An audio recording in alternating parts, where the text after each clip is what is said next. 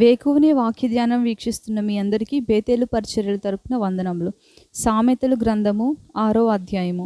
నా కుమారుడా, నీ చెలికాని కొరకు పూటపడిన ఎడల, పరుని చేతిలో నీవు నీ చేయి వేసిన ఎడల, నీ నోటి మాట వలన నీవు చిక్కుబడి ఉన్నావు, నీ నోటి మాట వలన పట్టబడి ఉన్నావు. నా కుమారుడా, నీ చెలికాని చేత చిక్కుబడితివి. నీవు త్వరపడి వెళ్ళి విడిచిపెట్టుమని నీ చెలికాన్ని బలవంతము చేయుము. ఇలాగు చేసి తప్పించుకొనుము.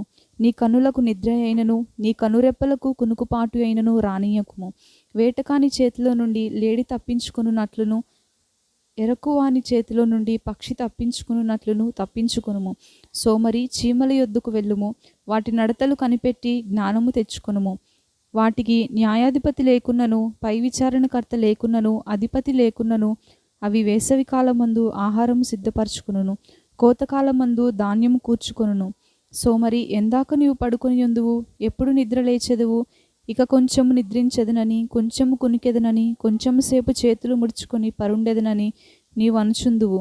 అందుచేత దోపిడిగాడు వచ్చినట్లు దారిద్ర్యము నీ యొద్దకు వచ్చును, ఆయుధదారుడు వచ్చినట్లు లేమి నీ యొద్దకు వచ్చును.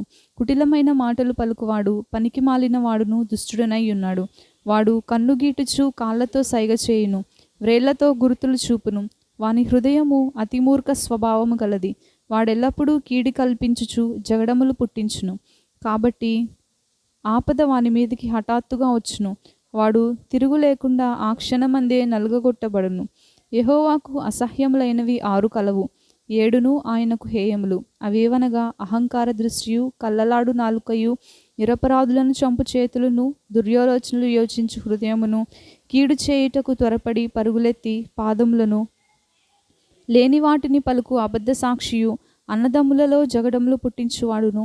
నా కుమారుడా, నీ తండ్రి ఆజ్ఞను గైకొనుము, నీ తల్లి ఉపదేశమును త్రోసివేయకుము. వాటిని ఎల్లప్పుడూ నీ హృదయం నందు ధరించుకొనుము, నీ మెడ చుట్టూ వాటిని కట్టుకొనుము.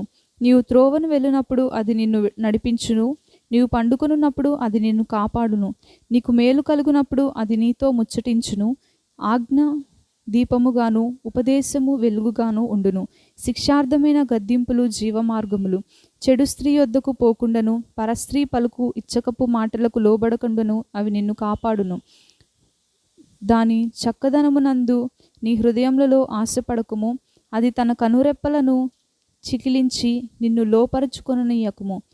వేశ్య సాంగత్యము చేయువానికి రొట్టె తునుక మాత్రము మిగిలియుండును. మగనాలు మిక్కిలి విలువగల ప్రాణమును వేటాడును. ఒకడు తన ఒడిలో అగ్ని నుంచుకొని నెడల వాని వస్త్రములు కాలకుండున, ఒకడు నిప్పుల మీద నడిచినేడల వాని పాదములు కమలకుండున. తన పొరుగువాని భార్యను కూడువాడు ఆ ప్రకారమే నాశనమగును. ఆమెను ముట్టువాడు శిక్ష తప్పించుకొనడు. దొంగ ఆకలిగొని ప్రాణరక్షణ కొరకు దొంగిలినేడల ఎవరు వాని తిరస్కరింపరు కదా. వాడు దొరికినెడల 7 అంతలు చెల్లింపవలెను, తన ఇంటి ఆస్తి అంతయు అప్పగింపవలెను. జారత్వం జరిగించువాడు కేవలము బుద్ధిశూన్యుడు. ఆ కార్యం చేయువాడు స్వనాశనమును కోరువాడే. వాడు దెబ్బలకును అవమానమునకును పాత్రుడగును. వానికి కలుగు అపకీర్తి ఎన్నటికినీ తొలగిపోదు. భర్తకు పుట్టు రోషము మహారౌద్రము గలది. ప్రతికారము చేయు కాలమందు అట్టివాడు కనికరపడడు. ప్రాయశ్చిత్తమేమైనా నీవు చేసినను వాడు లక్ష్యపెట్టడు. ఎంత గొప్ప బహుమానములు నీవిచ్చినను వాడు ఒప్పుకొనడు. 7వ అధ్యాయము. నా కుమారుడా, నా మాటలను మనస్సునందు ఉంచుకొనుము, నా ఆజ్ఞలను నీ యొద్ద దాచిపెట్టుకొనుము. నా ఆజ్ఞలను నీవు మనస్సును ఉంచుకొని ఎడల, నీ కనుపాపవలే నా ఉపదేశంను కాపాడిన ఎడల నీవు బ్రతుకుదువు. నీ వ్రేళ్లకు వాటిని కట్టుకొనుము, నీ హృదయమును పలక మీద వాటిని వ్రాసుకొనుము. జ్ఞానముతో నీవు నా కక్కవనియు, తెలివితో నీవు నా చెలికత్తెవనియు చెప్పుము. అవి నీవు జారస్త్రీ యొద్దకు పోకుండాను, ఇచ్చకములాడు పరస్త్రీకి లోబడకుండాను నిన్ను కాపాడును. నా ఇంటి కిటికీలో నుంచి, నా అల్లిక కిటికీలో నుంచి నేను పారచూడగా, జ్ఞానము లేని వారి మధ్యను, యవనుల మధ్యను బుద్ధిలేని పడుచువాడొకడు నాకు కనబడెను. సంధ్యవేళ పొద్దుగ్రుంకిన తరువాత చిమ్మ చీకటి గల రాత్రివేళ వాడు జారస్త్రీ సందు దగ్గరనున్న వీధిలో తిరుగుచుండెను. దాని ఇంటి మార్గమున నడుచుచుండెను. అంతటా వేశ్యావేషము వేసుకొనిన కపటం గల స్త్రీ ఒకతే వానిని ఎదుర్కొన్న వచ్చెను. అది బొబ్బలు పెట్టునది, స్వేచ్ఛగా తిరుగునది. దాని పాదములు దాని ఇంట నిలువవు. ఒకప్పుడు ఇంటి ఎదుటను, ఒకప్పుడు సంత వీధులలోనూ అది ఉండును. ప్రతి సందు దగ్గరను అది పొంచియుండును. అది వానిని పట్టుకొని ముద్దు పెట్టుకొనెను, సిగ్గుమాలిన ముఖం పెట్టుకొని ఇట్లనెను: సమాధాన బలులను నేను అర్పించవలసి ఉంటిని, నేను నా మ్రొక్కుబళ్లను చెల్లించి ఉన్నాను. కాబట్టి నేను నిన్ను కలుసుకొనవలనని రాగా, నిన్ను ఎదుర్కొనవలనని బయలుదేరగా నీవే కనపడితివి. నా మంచము మీద రత్నకంబళ్లను, ఐగుప్తు నుండి వచ్చు విచిత్ర పనిగల నారదుప్పట్లను నేను పరిచియున్నాను. నా పరుపు మీద బోలము, ఆగరు, కారపు చెక్క చల్లి ఉన్నాను. ఉదయము వరకు వలుపు తీర తృప్తి పొందుదము రమ్ము. పరస్పర మోహము చేత చాలా సంతుష్టి నొందుదము రమ్ము. పురుషుడు ఇంటలేడు, దూర ప్రయాణము వెళ్ళి ఉన్నాడు. అతడు సొమ్ము సంచి చేత పట్టుకుని పోయెను, పున్నము నాటి వరకు ఇంటికి తిరిగి రాడు అనెను. అది తన అధికమైన లాలన మాటల చేత వానిని లోపరుచుకొనెను. తాను పలికిన ఇచ్చకపు మాటల చేత వాని నీడ్చుకొని పోయెను. వెంటనే పశువు వదకు పోవునట్లును, పర్లచే చిక్కినవాడు సంఖ్యలలోనికి పోవునట్లును, తనకు ప్రాణహానిమైనదని ఎరుగక ఉరి యొద్దకు పక్షి త్వరపడినట్లును, వాని గుండెను అంబు చీల్చు వరకును వాడు దాని వెంట పోయెను. నా కుమారులారా, చెవియొగ్గుడి, నా మాటలు ఆలకింపుడి. జారస్త్రీ మార్గముల తట్టు నీ మనస్సును తొలగనీయకుము. దారి తప్పి అది నడుచు త్రోవలలోనికి పోకుము. అది గాయపరిచి పడద్రోసిన వారు అనేకులు, అది చంపిన వారు లెక్కలేనంత మంది. దాని ఇల్లు పాతాళమునకు పోవు మార్గము, ఆ మార్గము మరణశాలలకు దిగిపోవును. 8వ అధ్యాయము. జ్ఞానము ఘోషించుచున్నది, వివేచన తన స్వరమును వినిపించుచున్నది. త్రోవ ప్రక్కను రాజవీధుల మొగలలోను మార్గములలోను అది నిల్చుచున్నది. గుమ్మముల యొద్ద పురద్వారమునొద్దను పట్టణపు గవనుల యొద్దను నిలువబడి అది ఇలాగు గట్టిగా ప్రకటన చేయుచున్నది: మానవులారా, మీకే నేను ప్రకటించుచున్నాను. నరులగు మీకే కదా నా కంఠస్వరము వినిపించుచున్నాను. జ్ఞానము లేని వారులారా, జ్ఞానం ఎట్టిదైనది తెలుసుకొనుడి. బుద్ధిహీనులారా, బుద్ధి ఎట్టిదైనది యోచించి చూడుడి. నేను శ్రేష్టమైన సంగతులను చెప్పేదను, వినుడి. నా పెదవులు యథార్థమైన మాటలు పలుకును, నా నోరు సత్యమైన మాటలు పలుకును. దుష్టత్వం నా పెదవులకు అసహ్యము, నా నోటి మాటలన్నీయు నీతిగలవి.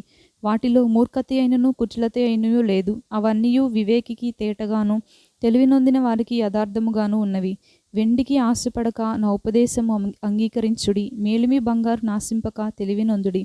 జ్ఞానము ముత్యముల కన్నా శ్రేష్టమైనది, విలువగల సొత్తులేవియు దానితో సాటి కావు. జ్ఞానము నేను చాతుర్యమును నాకు నివాసముగా చేసుకుని ఉన్నాను. సదుపాయములు తెలుసుకొనుట నాకు చేతనగును. యెహోవా యందు భయభక్తులు కలిగి ఉండుట, చెడుతనమును నసహించుకొనుటయే. గర్వము, అహంకారము, దుర్మార్గత, కుటిలమైన మాటలు నాకు అసహ్యములు. ఆలోచన చెప్పుటయు లెస్సైన జ్ఞానమునిచ్చుటయు నా వశము.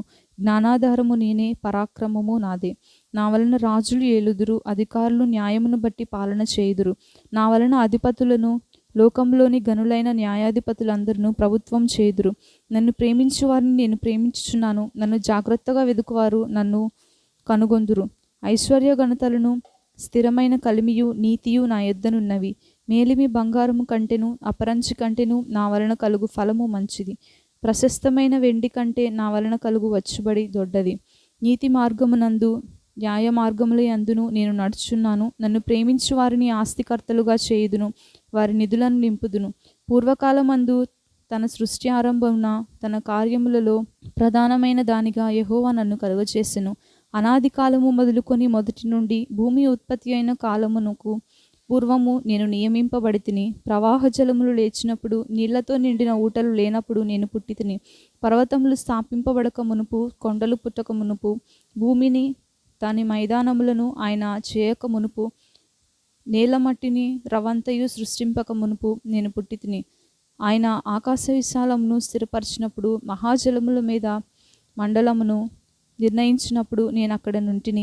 ఆయన పైన ఆకాశమును స్థిరపరిచినప్పుడు, జలధారలను ఆయన బిగించినప్పుడు, జలములు తమ సరిహద్దులు మీరకుండునట్లు ఆయన సముద్రమునకు పొలిమేరలు ఏర్పరిచినప్పుడు, భూమి యొక్క పునాదులను నిర్ణయించినప్పుడు, నేను ఆయన యొద్ద ప్రధాన శిల్పినై అనుదినము సంతోషింతును. నిత్యము ఆయన సన్నిధిని ఆనందించుచునుంటిని. ఆయన కలుగచేసిన పరలోకమును బట్టి సంతోషించుచు నరులను చూచి ఆనందించుచునుంటిని. కావున పిల్లలారా, నా మాట ఆలకించుడి. నా మార్గములను అనుసరించు వారు ధన్యులు. ఉపదేశమును నిరాకరింపక దానిని అవలంబించి జ్ఞానులై ఉండుడి. అనుదినము నా గడప యొద్ద కనిపెట్టుకొని, నా ద్వారబంధముల యొద్ద కాచుకొని, నా ఉపదేశము వినువారు ధన్యులు. నన్ను కనుగొనువారు జీవమును కనుగొనును. యెహోవా కటాక్షము వానికి కలుగును. నన్ను కనుగొనిన వాడు తనకే హాని చేసుకొనును. నా యందు అసహ్యపడు వారందరూ మరణమును స్నేహించుదురు. 9వ అధ్యాయము. జ్ఞానము నివాసమును కట్టుకొని దానికి 7 స్తంభములను చెక్కుకొనినది. పశువులను వధించి ద్రాక్షరసమును కలిపి ఉన్నది. భోజన పదార్థములను సిద్ధపరిచి ఉన్నది. తన పనికత్తెల చేత జనులను పిలవనంపినది. పట్టణమందలి మెట్టెల మీద అది నిలిచి, జ్ఞానము లేని వాడా ఇక్కడికి రమ్మని ప్రకటించుచున్నది.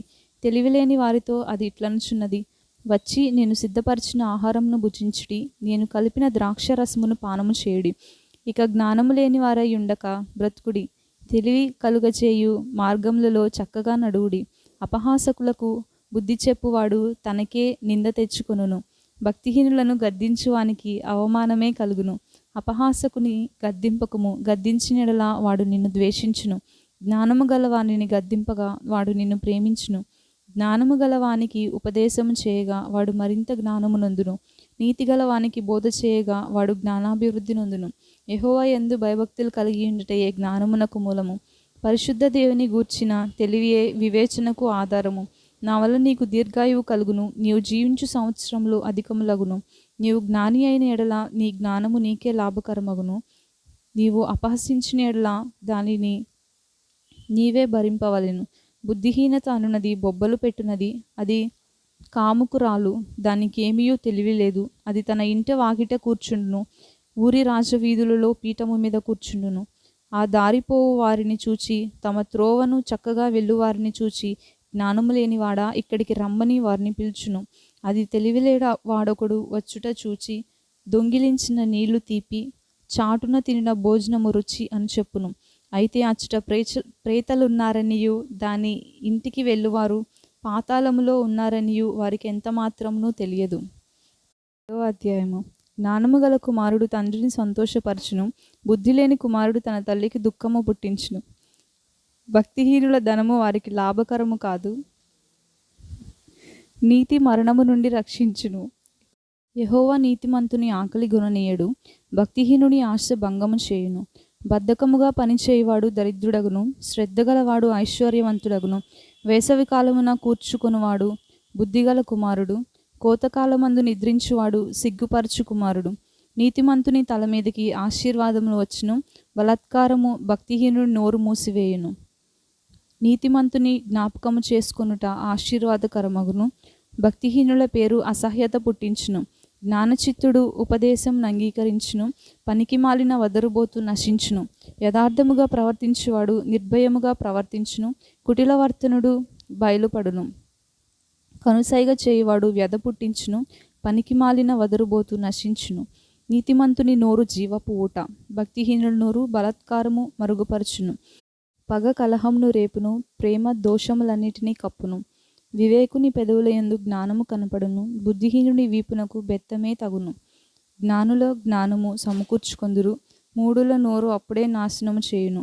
ధనవంతుని ఆస్తి వానికి ఆశ్రయ పట్టణము. దరిద్రుని పేదరికము వానికి నాశనకరము. నీతిమంతుని కష్టార్జితము జీవదాయకము. భక్తిహీనునికి కలుగు వచ్చుబడి పాపమును పుట్టించును. ఉపదేశమును అంగీకరించువాడు జీవ మార్గములలో ఉన్నాడు. గద్దింపునకు లోబడిని వాడు త్రోవ తప్పును.